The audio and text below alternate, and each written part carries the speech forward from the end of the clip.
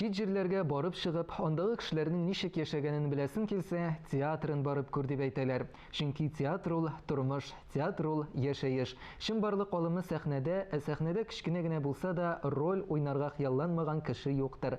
Театр турында сүз кузгатуыбыз тикмәгә генә түгел. Чөнки Гөләскәр Камал исемендәге Татар дәүләт академия театрында 4-нче, 5-нче, 6-нчы һәм 7-нче ноябрьдә Шыңгыз Айтматовның «Гасырдан да озын көн» романы буенча куелачак «Мәңгелек буран» спектакленең премьерасы узачак.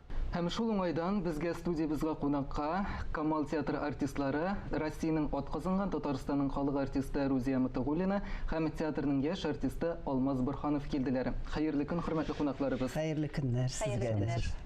Менә «Гасырдан да озын көн».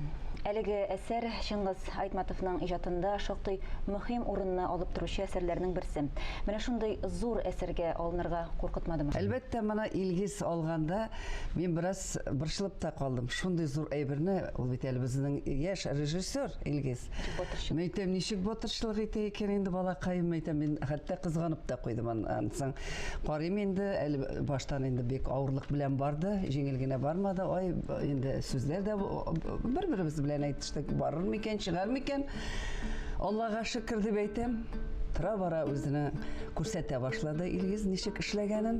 Артистлар да монда әлбәттә бик тырыштылар. Монда әлбәттә Илгизне поддерживать итәргә теләүләре булды. Машинан да монда өлкән артистлар да бар бит, яшь артистлар белән күрә. Шуңа күрә менә хәзер без инде күрә башладык уңышларын. Әлбәттә, миңа мәсәлән бигрәк тә менә үзебезнең поколение менә мәсәлән әйтим, анда уйный Әсхат Хисмәтов, Илдар Хайруллин, Алсу Гайнуллина, менә мин, яшьләрдән инде менә күреп торасыз, яныбызда Алмаз, аннан соң Айгөл, алар әле тагын бер җегет теге яшь Илвир менә искитәрлек алар. Шуннан да алар бер генә дә олы поколениедан калышмадылар. Менә шуңа күрә мин буларны да шул хәзер кытлыйсым килә, шул хәтле кирип киттеләр алар безнең белән, и алар өчен мин хәтта шатланып та куйдым. Рузия ханым, үзегез бу спектакльдә нинди образны тудырачаксыз, нинди роль башкарачаксыз соң? Минем монда бар олы чагым, бар яшь чагым. Яшь чагымны Айгөл уйный, яшь кыз дидем, менә әйтеп киттем әле генә. Ул әле килеп эшлегенә башлады, 2нче елы гына. Монда бу безнең инде герой бар. Шушы геройның хатыны тыйнак кына, тыныч кына, теге һәр вакыт ирен янында майлап кына, җазап кына йөрүче. Шуңа күрә монда әллә нинди образны мин сезгә мактый алмыйм, күтәрә алмыйм. Бу безнең һәм дә безнең кичкенә ул. Минем яшь чагымда Айгөл уйнап китә. Шуңа күрә менә килгән тамашачылар әлбәттә карарлар, бәлки шатырлар да. Шуннан да бу кичкенә түгел икән, зур да дип әйтеп куючы тамашачылар булырга мөмкин.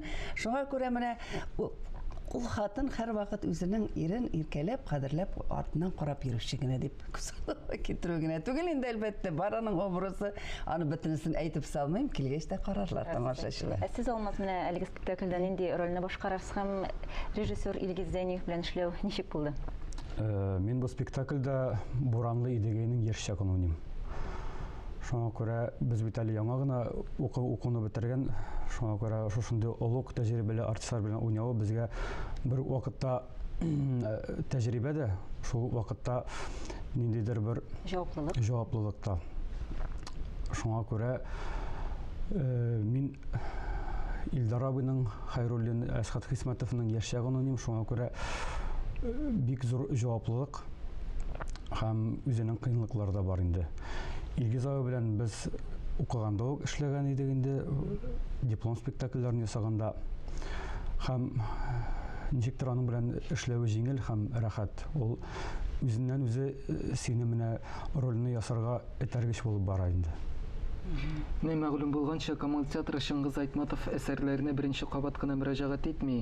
1987 елдан ахыр заман спектакле куелган иде, әйме? Һәм менә шулай ук ул зур уңыш белән барды.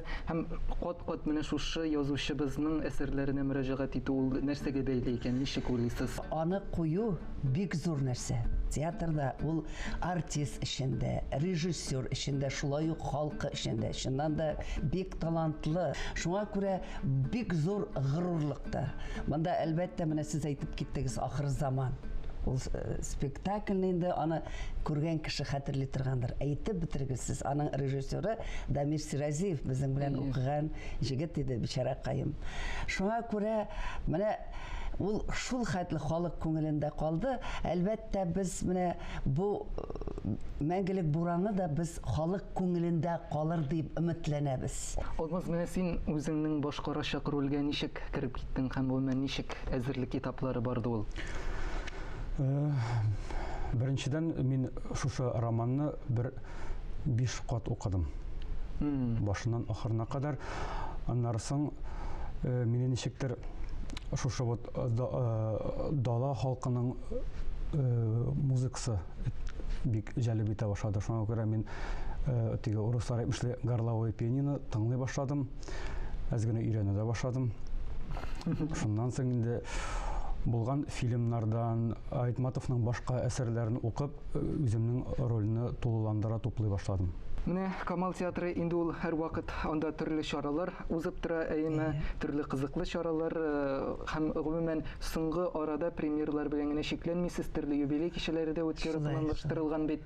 Ниндиләр алар, кемнәрне көтәчәк? Менә иң беренче 14 ноябрьдә Алла бирсә Шәүкәт ага Биктимировның 90 яшь. 27 ноябрьдә Айдар Хафизовның, безнең артистның 75 яше була. Инде декабрьдә була безнең Гөлсем Исәнгулова дигән актрисабызга 80 яшь тула. Алла салатлесе. Шуңа күрә без барыгызны да, тамашачыларны да чакырып калабыз. Хөрмәтле кунаклар, сезгә кызыклы әңгәмәгез өчен килүегезгә бик зур рәхмәт. Әлеге яңа спектакльне тамашачы үз итеп, ул репертуарда озак торыр дип ышанып калабыз. Амин.